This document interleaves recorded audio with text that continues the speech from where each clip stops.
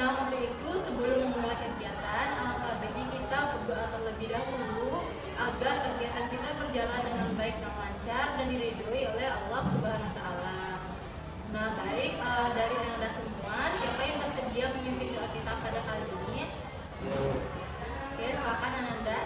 Sebelum memulai bimbingan kelompok pada hari ini, alangkah baiknya kita berdoa menurut agama yang kita percaya masing-masing. Berdoa dalam hati mulai.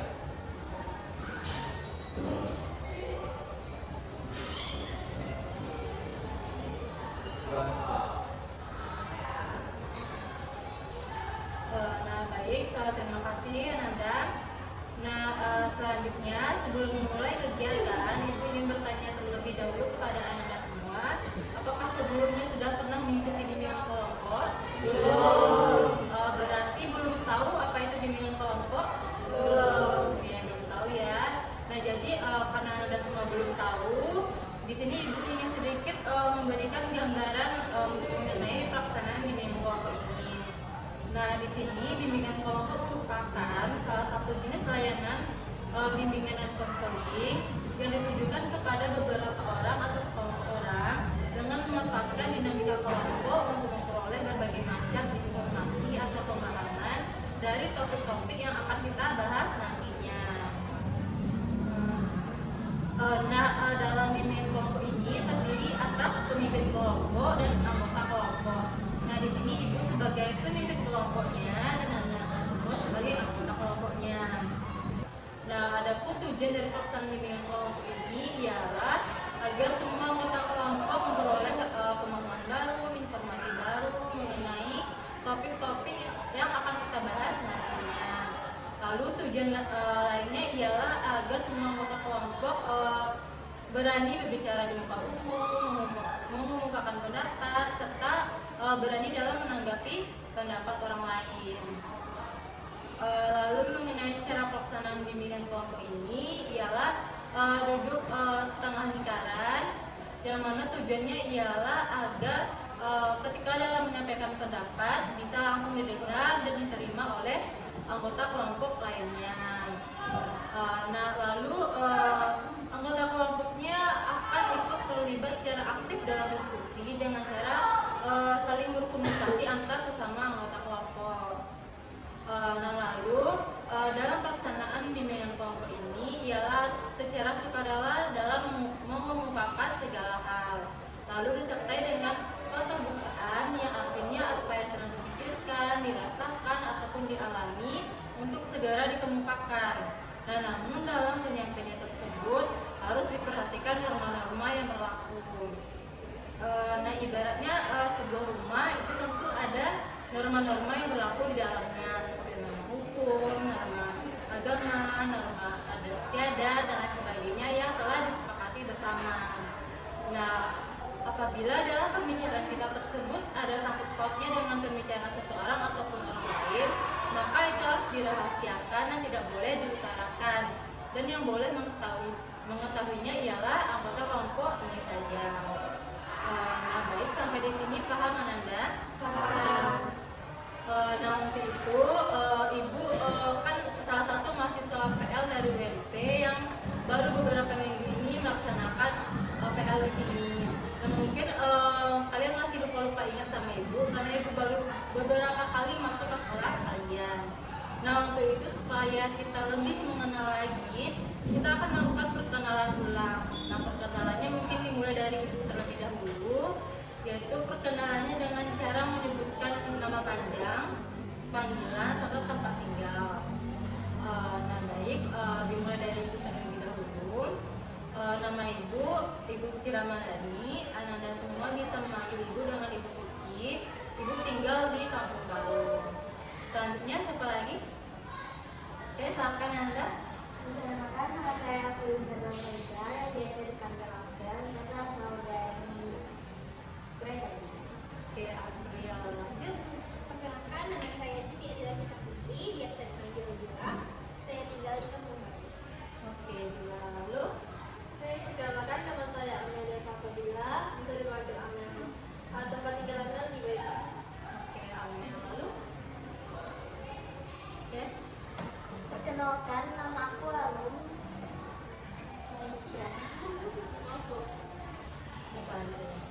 Tunggu. Tunjuk tangan. Satu, dua, tiga. Tunggu. Satu, dua, tiga. Ya, silakan. Perkenalkan, nama aku Armeisya, biasa dipanggil Arum, aku tinggal di Karangawan. Oke, lanjut. Perkenalkan, nama saya Adisa Sidik, biasa dipanggil Nisa, saya tinggal di Jogja kedua. Perkenalkan, nama saya Nanda dan biasa dipanggil Adi, saya tinggal di Karangawan. Oke, Haini, lanjut. Perkenalkan, nama saya Rizal Gimendi, bisa dipanggil Sakti, saya tinggal di Jepang. Oke, Laki. Terus yang terakhir. Perkenalkan, nama saya Faris Diansyah, biasa dipanggil Faris, dengan saya Rifan Baru. Oke, Pak Aris. Nah, kita kan sudah melakukan perkenalan tadi. Mungkin ada sedikit nantinya lupa ingat. Nah, untuk itu supaya kita lebih mengenal lagi, saling mengingat lagi, Ibu ada permainan rangkai nama namanya. Nah, ada yang tahu cara mainnya? Ya. Oke, sebelum itu Ibu ingin menjelaskan cara mainnya. Yang pertama yaitu cara mainnya dengan menyebutkan nama panggilan, terus sebutkan nama buah kesukaan. Contohnya nih, seperti tadi April, namanya April, terus buah kesukaannya misalnya rambutan gitu. Terus lanjut di sampingnya ada Amel, terus buah kesukaan Amel, tapi Amel harus mengulang lagi dari April, begitu juga terus sampai habis. Nah, nanti terakhir April yang menyebutkan paling akhir dengan mengulang semua nama temannya. Oke, sampai di sini paham? Bisa kita mulai? Bisa. Oke, silakan dimulai dari sebelah kiri Ibu. Perkenalkan, nama saya April, buah apel. Apel, amel anggur. April apel, amel anggur, gila mangga. April apel, amel anggur, gila mangga, adu pisang. April apel, amel anggur, dila mangga, anu pisang, Ibu petir. April apel, amel anggur, gila mangga, adu pisang, ibu petir, nisa jeruk. April apel, amel anggur, gila mangga, adu pisang, ibu petir, nisa jeruk, ini semangka. Apel, amel anggur, gila mangga, arum jeruk, ibu pir, nisa pisang, aini semangka, laki strawberry.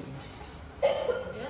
April apel, amel anggur, gila mangga, arum pisang, ibu pir, nisa jeruk, aini semangka, Daki stroberi, Faris durian. Oke, diulang lagi. April apel, amel anggur, gila mangga, arum pisang, ibu petir, nisa jeruk, aini semangka, laki strawberry, Faris durian. Oke.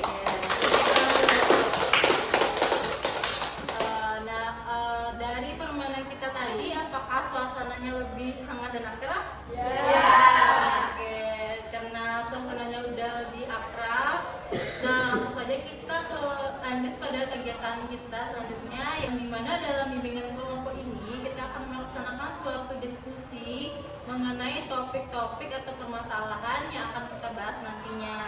Nah, di dalam bimbingan kelompok ini ada dua topik, yaitu yang pertama ada topik tugas dan yang kedua ada namanya topik bebas.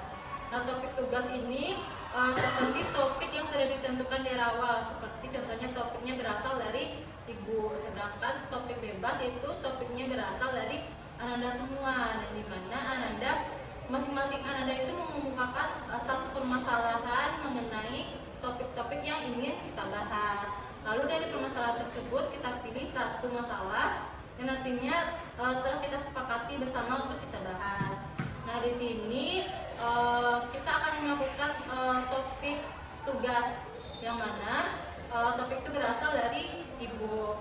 Nah, dalam bimbingan kelompok ini kalian semua terlibat aktif dalam diskusi dengan cara saling bertukar pikiran, pendapat, ataupun pengalaman satu sama lain. Nah, baik, apakah anak-anak semua sudah paham? Paham. Sudah bersedia mulai kegiatan kita? Sudah. Nah, baik anak-anak semua, fenomena yang marak dan paling sering terjadi pada saat ini Salah satunya ialah fenomena kecanduan gadget.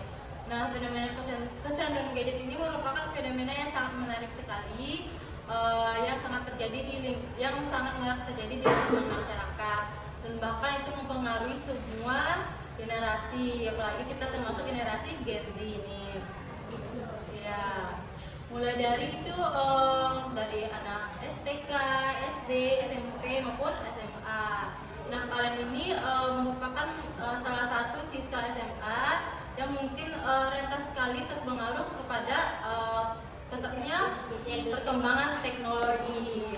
Nah, kecanduan gadget ini berhubungan dengan perkembangan teknologi yang terus berkembang pesat makin hari.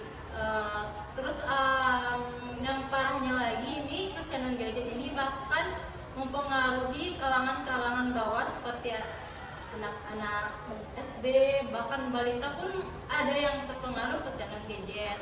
Dan itu fenomena yang paling tragisnya yang bisa kita temui pada saat sekarang ini. Nah, untuk itu kita fokus pada remaja SMA seperti kalian yang rentan terkena kecanduan gadget. Alasannya mungkin karena remaja SMA itu mungkin ingin tahunya tinggi gitu, karena adanya ikut-ikutan temannya ataupun terpengaruh dari lingkungan sekitarnya. Nah, untuk itu kita akan membahas fenomena kecanduan gadget ini. Nah, sebelum itu ada yang tahu nggak apa itu kecanduan gadget? Kecanduan gadget itu kayak gimana ya? Seseorang yang terlalu berlebihan ketergantungan terhadap alat-alat elektronik. Oke, seseorang yang terlalu berlebihan ketergantungan terhadap alat-alat elektronik. Oke, bagus. Lalu ada lagi? Ya, silakan April. Kecanduan gadget adalah suatu fenomena atau tindakan yang berketergantungan terhadap teknologi yang baru tanpa memikirkan dampak negatifnya dan tidak dapat mengontrol waktu dan berhenti. Oke, bagus sekali. Hampir sama dengan Amel tadi, pokoknya berhubungan dengan teknologi. Gitu. Oke, ada lagi? Apa itu kecanduan gadget menurut kalian? Ya, silakan Amel. Di mana seseorang secara berlebihan menggunakan gadget sampai lupa waktu dan lupa akan aktivitas lainnya. Oke, bagus sekali. Ada lagi? Ada? Silakan angkat tangannya. Ya, silakan Dila. Jadi kecanduan gadget itu adalah suatu fenomena kegiatan di mana itu tuh akan berdampak kepada dirinya sendiri bukan kepada orang lain. Karena dia akan dia itu bisa lalai pada semua hal, dia hanya memikirkan gadget tersebut dalam kehidupan sehari-hari. Oke, bagus sekali ini bilang Dila. Oke, ada lagi yang mau mengungkapkan pendapatnya? Oke, silakan.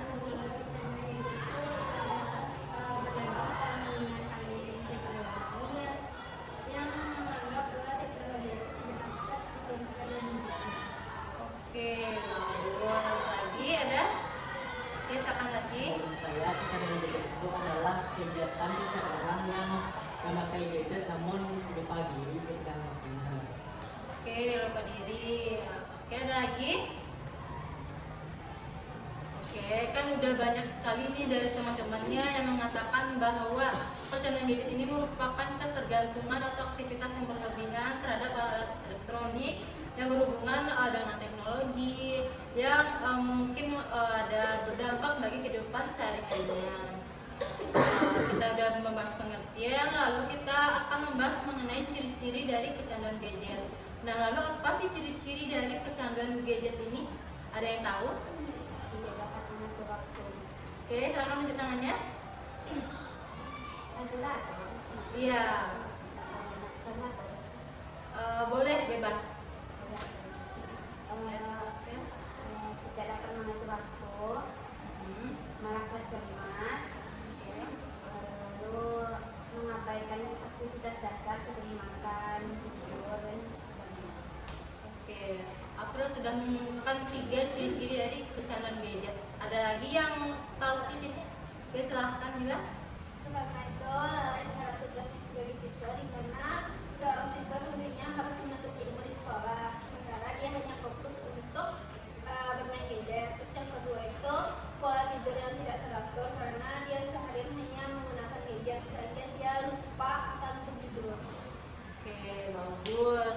ada lagi, misalkan Amel. Contohnya seperti kayak menurunnya prestasi yang pernah dia capai, lalu mungkin bisa jadi dari pola pikirannya dia tuh kalau kehilangan gadgetnya tuh dia pasti akan cemas, takut bisa hilang dari gadget. Oke, benar sekali apa yang dikatakan oleh Amel. Lalu ada lagi pendapat lain? Oke, silakan Nisa. Yaitu terutama dari teman-teman tadi ada juga yaitu sulitnya mengontrol emosi. Orang yang terkena kecanduan gadget itu pasti sudah merasa gadget itu adalah bagian dari hidupnya, sehingga ketika gadget itu hilang dari pandangannya atau genggamannya pasti dia akan merasa cemas dan marah. Oke, bagus sekali. Lalu ada lagi? Ada yang mau mengungkapkan pendapatnya? Oke, udah banyak sekali tadi dari April, dari Amel, dari Dila, dari Arun, dan dari Nisa yang mengungkapkan mengenai ciri-ciri kecanduan gadget. Nah, mungkin itu tidak asing lagi bagi kita karena kita melihatnya dari lingkungan sekitar kita sendiri, gitu kan. Nah, lanjut mengenai dampak dari kecanduan gadget. Nah, tadi kita sudah tahu pengertiannya, sudah tahu ciri-cirinya, lalu bagaimana sih dampak dari kecanduan gadget ini? Ada yang tahu? Silahkan tunjuk tangannya. Ya, silakan Amel. Mungkin seperti yang tadi kayak penurunan prestasinya sendiri, terus dari pola hidupnya dia teratur, terus kayak ketergantungan. Oke. Lalu ada lagi dampak dari misalkan Nila. Dampaknya juga bisa balik ke sahabat kita, yang dimana kita 24 jam melihat gadget, otomatis maka kita akan terkena penyakit seperti minus atau osteoartritis. Oke, bagus sekali. Lalu ada lagi. Ya, silakan April. Selain dalam prestasi maupun akademik dan juga selain dari kondisi kesehatan, jadi juga berdampak buruk pada kegiatan sosial karena orang tersebut akan fokus pada gadgetnya dan berinteraksi di dunia maya, sedangkan di dunia realita mereka akan lebih aktif, jadi tingkat sosial mereka itu akan semakin turun. Oke, bagus sekali apa yang aku sampaikan. Ada lagi dari yang sebelah sini, ada lagi yang mengumumkan pendapatnya. Oke, silakan Eni. Orang yang kecanduan gadget itu dapat menjadi malas karena selalu menanyakan atau sering menggunakan gadget. Oke, bagus. Lalu ada lagi? Silakan lagi. Mungkin dampaknya seperti sulit mengatur waktu dan terlalu fokus kepada gadget. Contohnya seperti lebih fokus bermain HP daripada mengatur waktu untuk makan, belajar dan rumah. Oke, bagus sekali. Ada lagi? Ya, nah, udah banyak sekali dampak yang Anda sebutkan mengenai kecanduan gadget ini, baik dari aspek fisik, sosial, akademik, dan lain sebagainya. Tentunya kecanduan gadget ini sangat berdampak bagi diri kita maupun orang lain juga. Nah, lanjut kita akan membahas mengenai penyebab dari kecanduan gadget ini. Nah, lalu apa sih penyebabnya? Ada yang tahu? Oke, silakan Harun.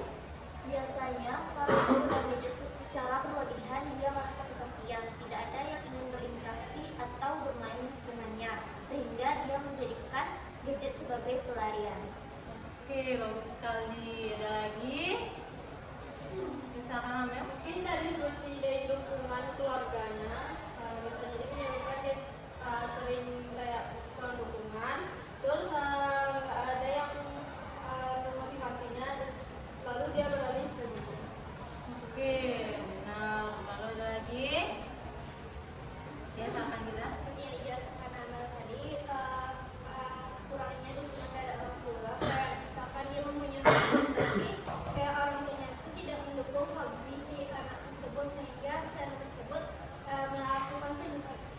melakukan pelarian atau pelampiasan kepada gadget tersebut sebagai hobi pribadi. Oke, bagus sekali apa yang dia sampaikan. Lalu ada lagi? Yang sebelah sini ada? Ya, silakan ini. Penyebabnya yaitu tekanan dari orang sekitar atau lingkungan. Oke, dari orang sekitar dan lingkungan. Lalu ada lagi? Ya, silakan silakan lagi. Penyebabnya itu seperti ini menghilangkan rasa bosan dan untuk menghilangkan rasa bosannya ia akan mencoba-coba untuk bermain gadget dan akhirnya kita bosan. Oke, banyak ya penyebabnya, mulai dari tadi ada yang kesepian, ada juga yang sebagai pelarian, apalagi sebagai menghilangkan rasa bosan dan lain sebagainya. Intinya gadget ini sangat mempengaruhi kehidupan kita sehari-hari. Nah tadi kita udah bahas mengenai pengertian, ciri-ciri orang yang kecanduan gadget, terus tadi ada dampak, penyebab, nah dan yang terakhir itu ya yang paling penting yaitu cara mengatasi kecanduan gadget. Nah, Anda semua ada yang tahu bagaimana sih cara kita untuk mengatasi kecanduan gadget ini? Oke, silakan April. Yang pertama, jangan terlalu fokus. Jadi kan gadget itu kan perlu dicas. Nanti jika baterainya habis, kita bisa melakukan aktivitas lain. Jadi kita itu terbantu dengan aktivitas lain itu sehingga lupakan gadget. Jadi kita itu tidak terlalu bergantung. Gitu. Kita bisa kayak bermain di lapangan, ajak orang tua bicara, gitu, berbicara orang tua, cari kegiatan. Oke, bagus sekali solusi dari April. Ada lagi? Oke, silakan Nila. Kita bisa kayak membuat jadwal aktivitas sehari-hari mulai dari bangun pagi sampai dengan waktu tidur, sehingga waktu untuk bermain game, untuk bermain dengan teman-teman, dengan lingkungan sekitar, dan untuk bercengkrama dengan keluarga itu stabil atau seimbang. Jadi tidak ada yang terlalu dilebihkan. Oke, maksudnya kita itu berhubungan dengan prioritas kita. Kita harus bisa menentukan mana yang lebih penting, sampai nantinya kita bisa mengurutkan kebutuhan kita. Gitu. Oke, ada lagi? Bagaimana? Oke. Menyibukkan diri seperti belajar untuk dapat meningkatkan nilai sehingga dapat menyebabkan pendidikan tinggi. Oke, bagus sekali. Oke, ada lagi? Oke, silakan lagi. Sama seperti yang dikatakan oleh tadi, untuk menghilangkan kecanduan bermain gadget seperti mengikuti kegiatan yang positif seperti berolahraga, belajar dan bermain dengan teman. Oke, bagus sekali Zaki. Ada lagi? Yang ingin mengemukakan pendapatnya mengenai cara mengatasi kecanduan gadget. Ada? Oke, silakan Nisa. Yaitu mengurangi jadwal screen time dari gadget tersebut. Dan saat kita mengurangi screen time tersebut, kita melakukan hobi-hobi kita yang belum sempat kita explore saat kita kecanduan gadget tersebut, sehingga kita bisa jadi lebih santai dan nyaman dengan hobi yang kita kerjakan tersebut. Oke, bagus sekali apa yang disampaikan. Nah, jadi cara mengatasi kecanduan gadget ini tentunya sangat banyak. Dan salah satunya tadi seperti yang Anda katakan, tadi ada bisa mengatakan ada melakukan hobi atau aktivitas yang menyenangkan. Terus ada juga tadi dari Dila, bahwasanya kita harus pandai dalam menentukan prioritas kita, waktu kita dalam memanajemen diri kita ya, kegiatan kita sendiri. Nah, tentunya banyak tadi kan kita kemukakan dan kalian tentunya sudah tahu. Nah, dari pembahasan kita hari ini kita sudah banyak menyinggung mengenai kecanduan gadget. Nah, tentunya kita sampai pada kesimpulan mengenai topik kita hari ini. Siapa yang bersedia secara sukarela menyampaikan kesimpulan dari pembahasan topik kita? Oke, silakan April. Jadi memang kita hidup dalam teknologi yang sudah semakin maju. Ada yang namanya gadget. Kita tidak bisa lepas dari gadget ini karena memang menjadi kebutuhan kita. Akan tetapi jika kita terlalu berlebihan itu dapat berdampak buruk bagi kehidupan kita, tidak hanya untuk diri kita sendiri, namun juga orang lain. Hal ini bisa berdampak dalam kehidupan sosial, kesehatan kita, bahkan juga prestasi kita yang akan menurun.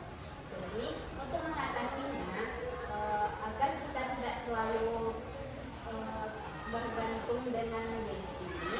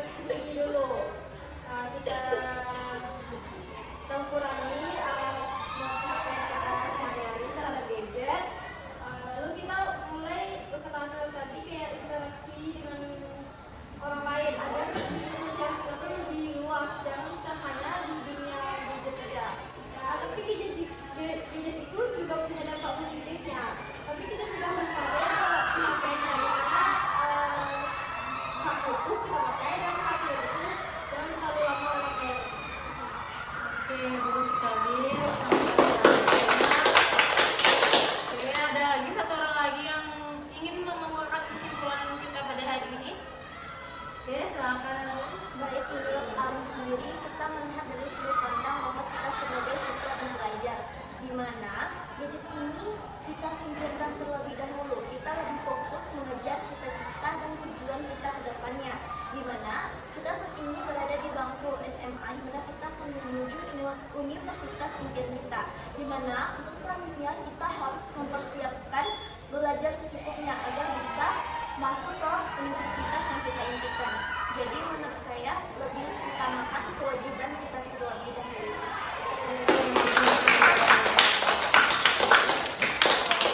Oke, nah kita sudah sampai pada tahap kesimpulan yang mana masing-masing Ananda udah ada 3 orang tadi menyampaikan kesimpulan mengenai topik yang sudah kita bahas pada hari ini. Dan tentunya kita sudah mengkaji topik ini secara luas dan mendalam juga tadi, dan juga dari berbagai sudut pandang. Oke, nah setelah itu Ibu ingin mengajak Ananda untuk melakukan komitmen mengenai topik yang kita bahas tadi. Nah, contohnya seperti ibu berkomitmen untuk menghindari kecanduan gadget. Nah, itu komitmen ini tergantung pada masing-masing Ananda, bebas. Itu tergantung dari perspektif Ananda sendiri mengenai kecanduan gadget. Nah, siapa di sini yang secara sukarela terlebih dahulu menyampaikan komitmennya? Oke, silakan April. Saya berkomitmen untuk menggunakan gadget sepenuhnya saja, tidak terlalu berlebihan. Oke, bagus. Lanjut. Saya berkomitmen untuk menggunakan gadget itu waktu istirahat dari belajar, misalkan waktu belajarnya 2 jam, kemudian main HP atau gadgetnya itu 15 menit atau setengah jam. Oke, bagus. Lanjut.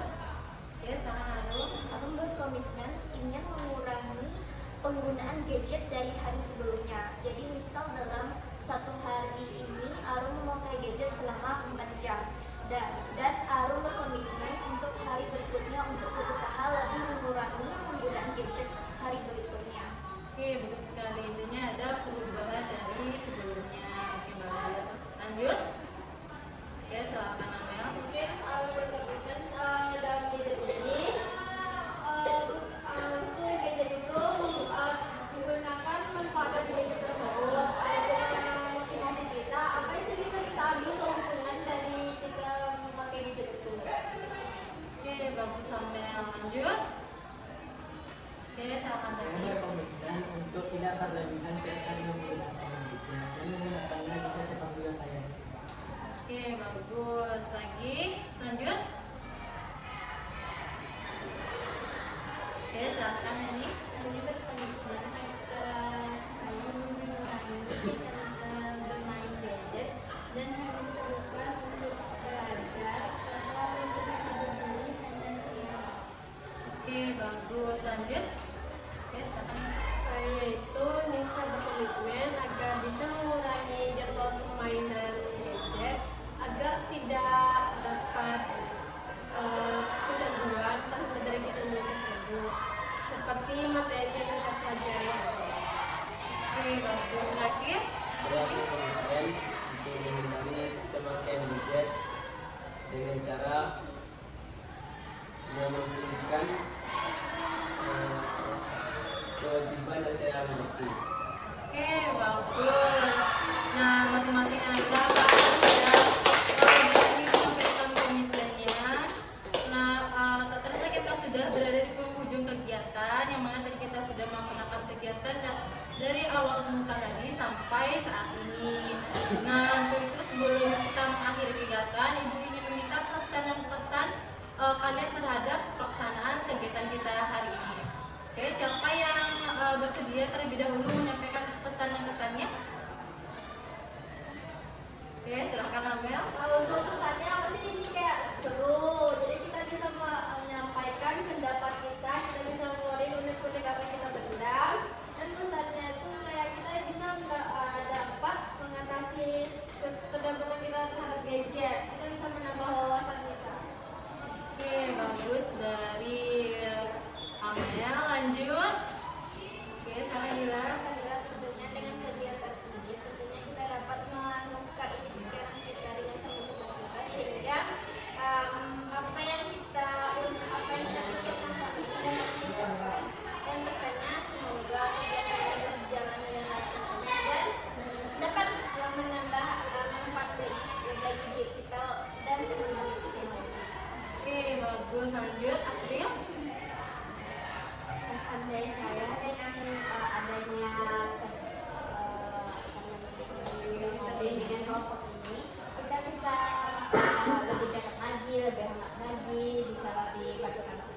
kegiatan, jadi bisa lebih kompak lagi.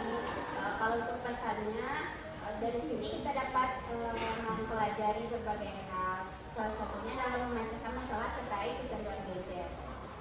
Oke, bagus. Ada lagi? Ada? Oke, silakan ini. Di sana dalam bimbingan kelompok ini kita dapat lebih terbuka antara sesama anggota dan bimbingnya, dan kita dapat melakukan permasalahan dalam diri kita sehingga kita tidak terjadi penyakit mental atau stres. Oke, lanjut. Oke, silakan Aru. Baik, diskusi kali ini sangat hangat dan topik yang diambil juga sangat dan diri kita tentu kita mungkin dari salah satu dari kita atau semuanya dapat merasakan masalah ini. Tentu dengan diskusi ini kita dapat mengetahui upaya pencegahan dari perilaku buruk yang kita lakukan tersebut. Jadi kita tahu upaya-upaya yang harus kita lakukan dan bagaimana sih cara mengimplementasikannya dalam kehidupan kita sehari-hari. Oke, bagus sekali. Terus yang terakhir ada pesan-pesannya mengenai pelaksanaan kegiatan kita. Oke, sama semua pesan-pesannya. Oke, pesan-pesannya mungkin tadi banyak dari sebelum mengakhiri kegiatan, apakah Anda semua bersedia jika kedepannya melakukan bimbingan kelompok ini lagi? Bersedia. Bersedia. Kira-kira kalau bersedia, kapan kita akan melaksanakannya? Minggu depan atau bulan depan? Oke, sepakat bulan depan. Ya, oke, berarti bulan depan kita akan melaksanakan bimbingan kelompok lagi. Nah, untuk itu sebagai penutup Ibu ucapkan terima kasih banyak kepada Anda semua atas partisipasinya dalam mengikuti pelaksanaan bimbingan kelompok ini. Lalu tadi dimulai dengan doa dan mungkin ditutup juga dengan doa. Baik, silahkan yang bersedia memimpin doanya, sangat Faris. Sebelum menutup acara bimbingan kelompok, marilah kita bersyukur menurut agama dan kepercayaan masing-masing. Syukur tidak.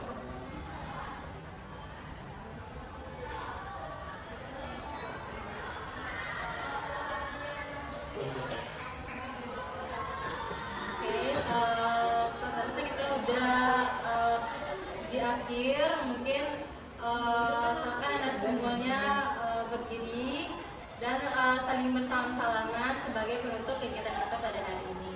Oke, silakan berdiri.